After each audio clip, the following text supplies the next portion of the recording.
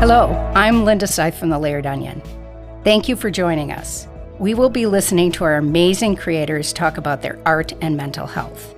48 million artists all over the world share this lived experience.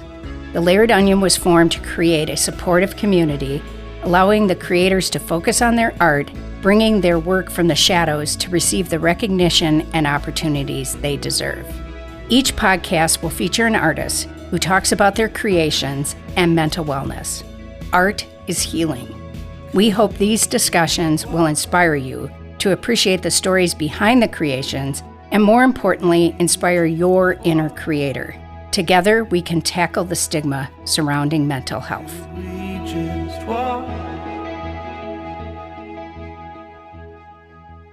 All right. So, Savannah, it is exciting to have you on our podcast. So maybe you would like to introduce yourself and tell us where you're located. My name is Savannah Calhoun, and I am located in Muncie, Indiana. For those that don't know, where is Muncie? It is in kind of central eastern Indiana. It's about an hour northeast of Indianapolis. All right.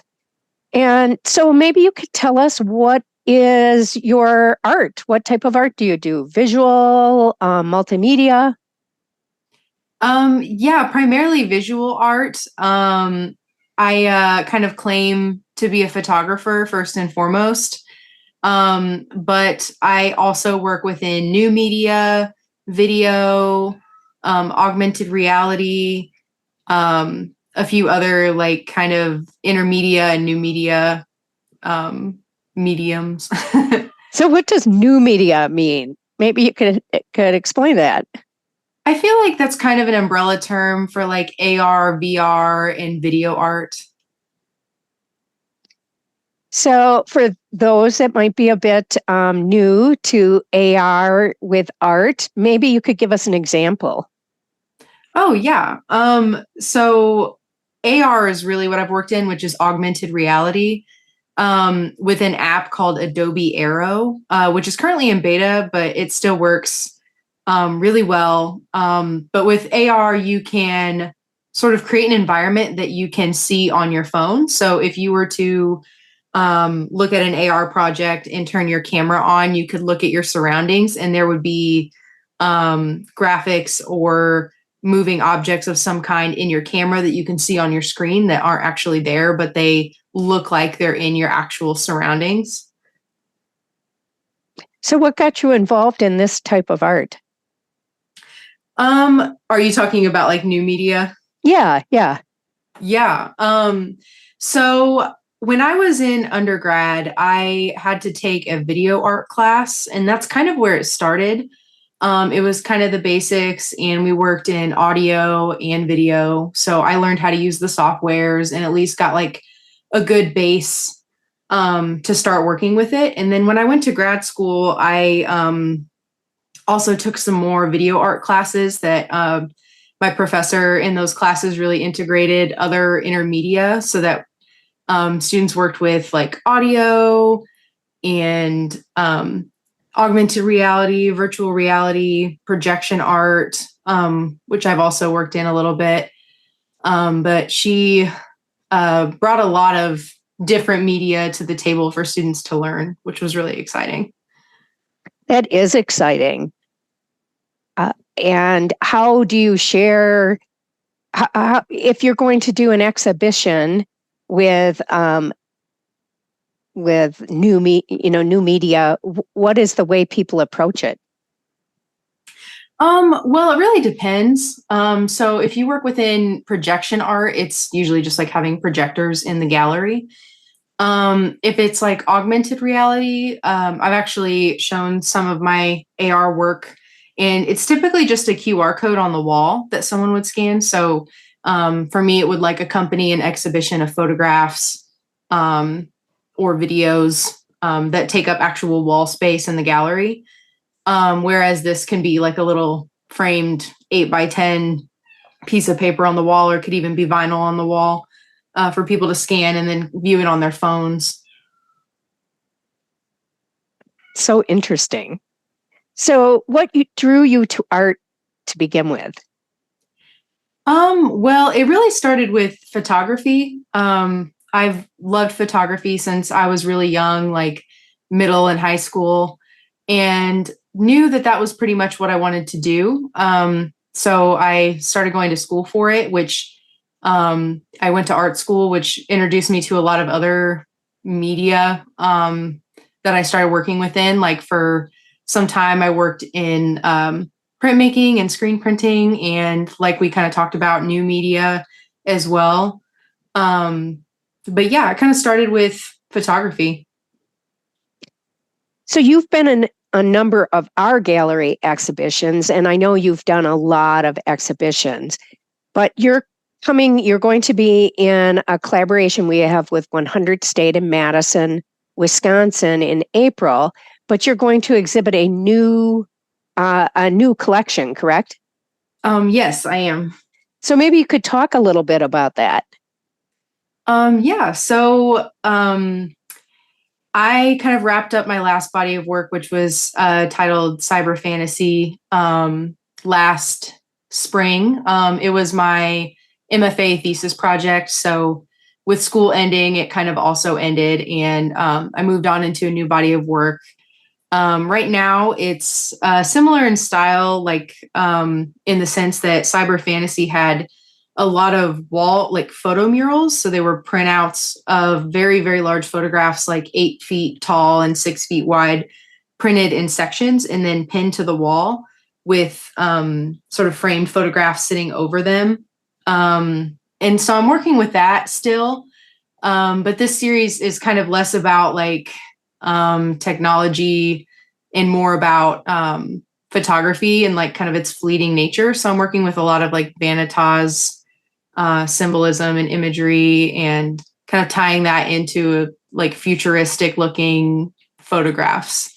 So I feel like it's in conversation with some of my older work, but I'm excited about it. Working towards it for April.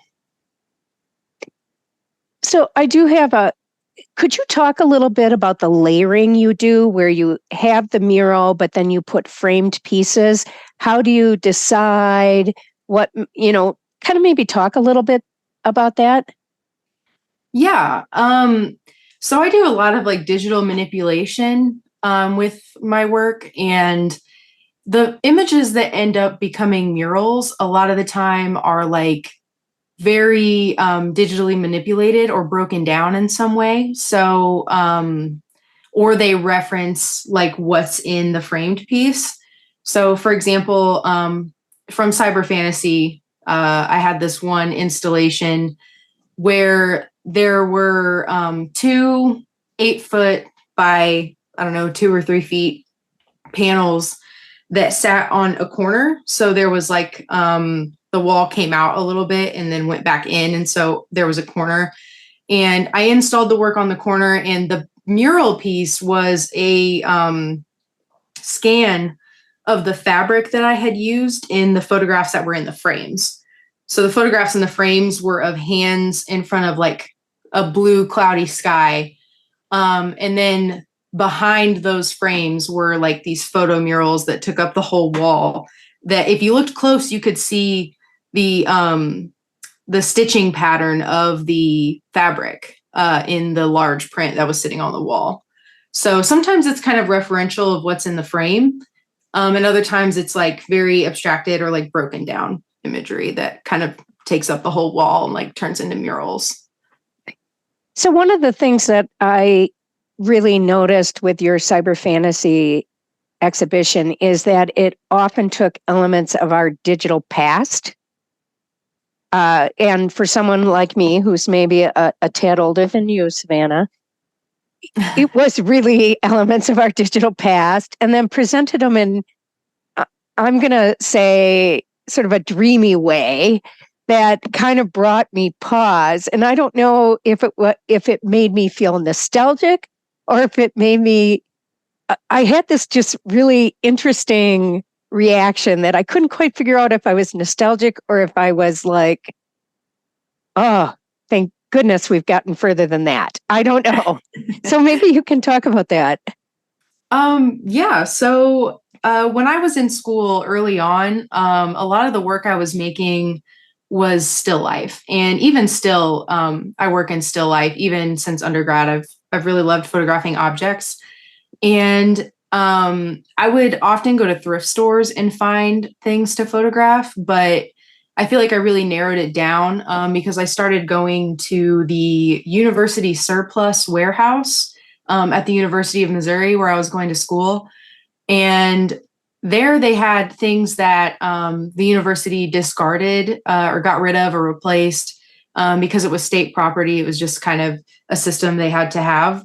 And when I would go to this warehouse, they had like computers, floppy disks, boxes and boxes of keyboards and mice and just all kinds of like old technology. And so I started photographing it and turning them into like digital collages. And I really am interested in Vanitas still life, even still, but in kind of a different way now than before. But I kind of liked comparing the obsolescence of technology to like fleeting time in general.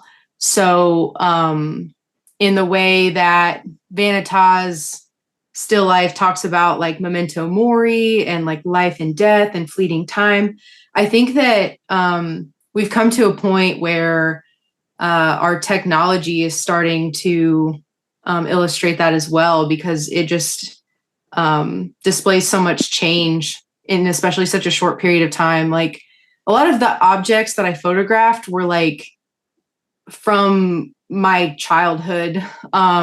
So I had like kind of, I remember them, but I don't. So I had like a sort of connection to the technology I was photographing, but it wasn't something that was like a part of, my daily life. But yeah, I really thought it was interesting that I could connect it to the passage of time. Well, the one thing I guess I'd like to really reference is a few of them you've put like a rose or a flower. What was your thought behind adding that element, and especially the shadow it places? Oh yeah, I think I know which photo you're talking about. But I use flowers and fruit sometimes in my pictures just to kind of add that element of like the passage of time, because, in the sense of plants, like they'll die. And with fruit, it will eventually rot. Like there are other images of mine that have both flowers and lemons and limes. And I like using lemons and limes specifically because they're like sour and they're like really jarring. And I feel like that can kind of be compared to just like the age we are with photography and with technology and like kind of how overwhelming everything is. So it really carries some symbolism if I add objects within a photograph or within a still life. Well, that piece, I think it's called In My 4x3, having that old screen. I don't even know what kind of a computer, if it was just a monitor with a close-up of a mouth, but then the hand holding the rose that, throws a shadow, which kind of gives the depth that is needed for how thick screens used to be. They're not, we all deal with flat screens now. And of course, back then they'd be like a foot deep, on your desk. So I just found for me that adding that shadow really gave me that perception. That's a really good point. I've never thought about that, but yeah, that monitor is very thick. Yeah. And you do it somewhat from the grid paper, but it's that for me, it was the shadow. It was just really interesting. So I would love to ask you a lot of folks. It can be often a very solitary. Art can be very solitary often.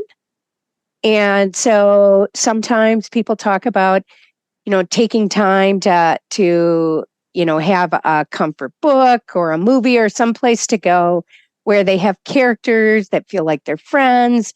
And it gives them energy again because they don't have to put a lot of energy into that, watching that or reading because they know what's going to happen, but yet kind of gives them some energy in what can sometimes be a really solitary world when we're in art, creating art. Do you have a particular book or show that fits that for you? Yeah, well, it's actually a video game, but I thought about this for a little while and came to the conclusion that the best answer is a game called Animal Crossing. And in this game, you create an island and you live on the island with a bunch of like neighbors that are animals, but you're a human, and your job is basically to like pay your debt for your house, farm, grow plants, build infrastructure for the island. But it's very peaceful, and it's like a very kind of wholesome and cute game.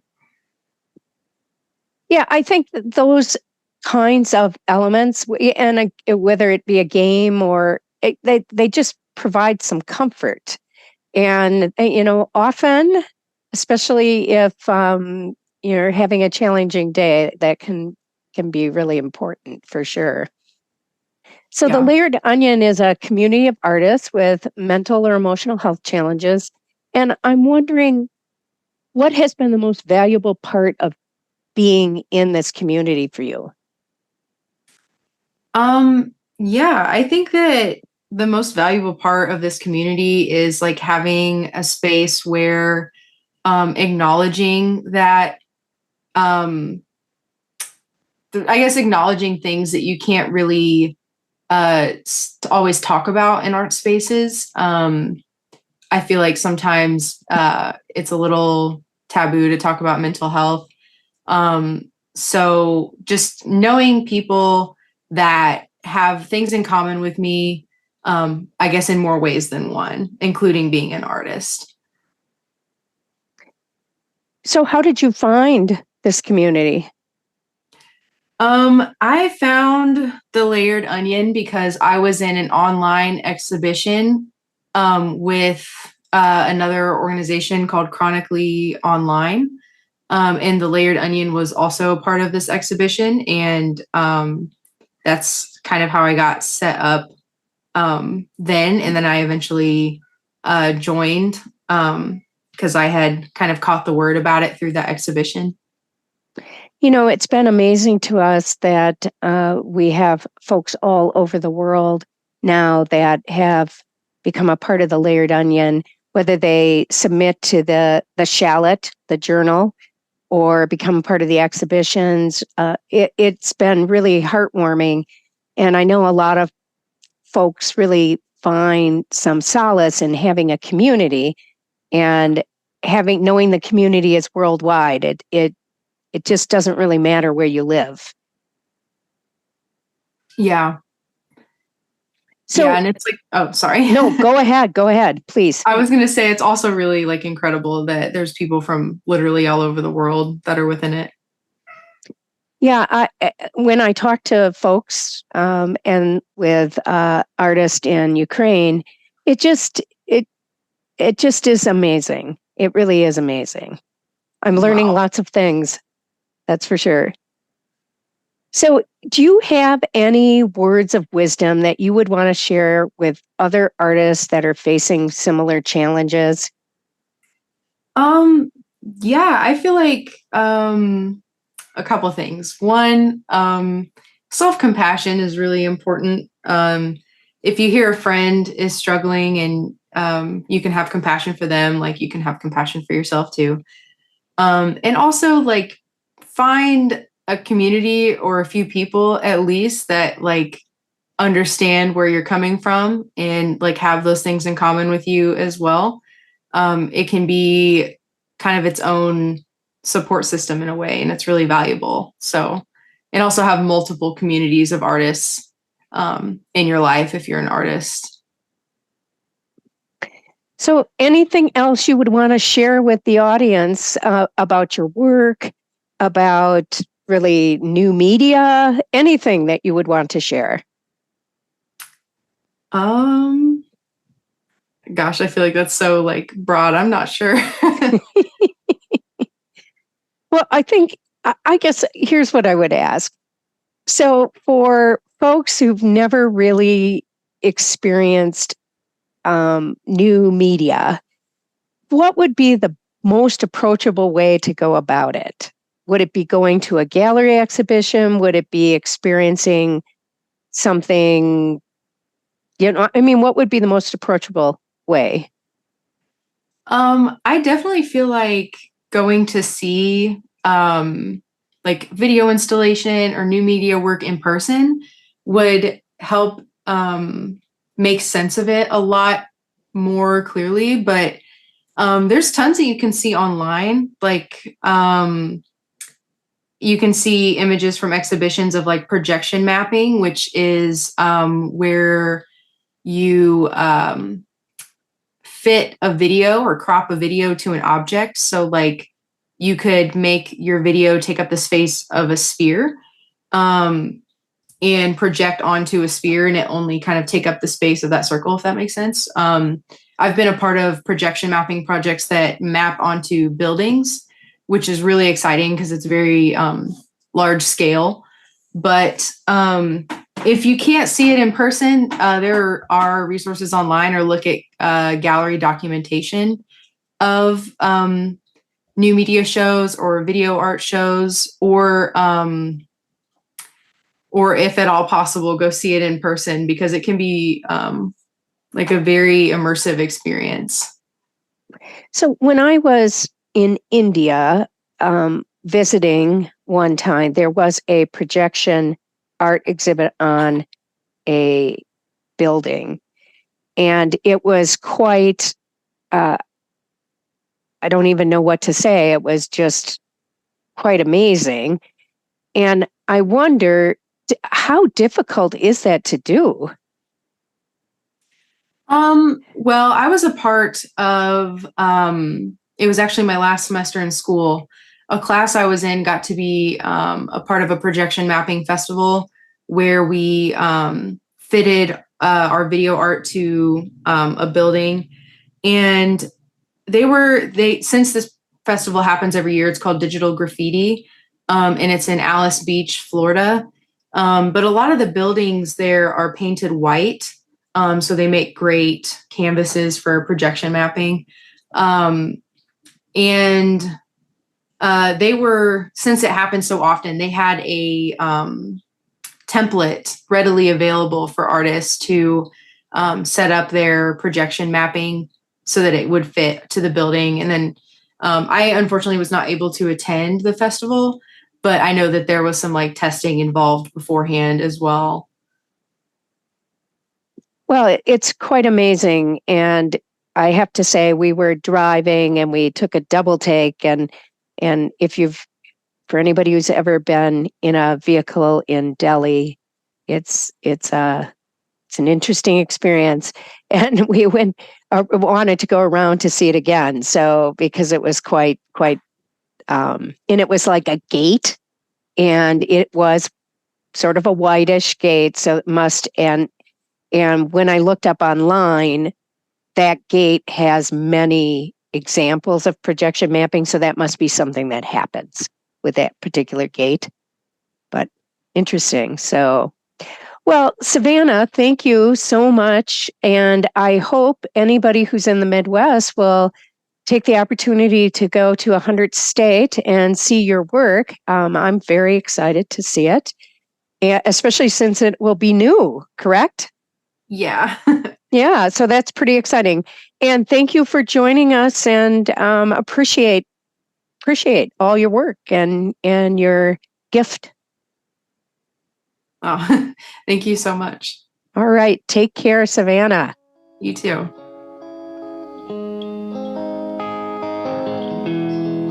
Thank you for joining us today. It is an honor to talk with these amazing creators.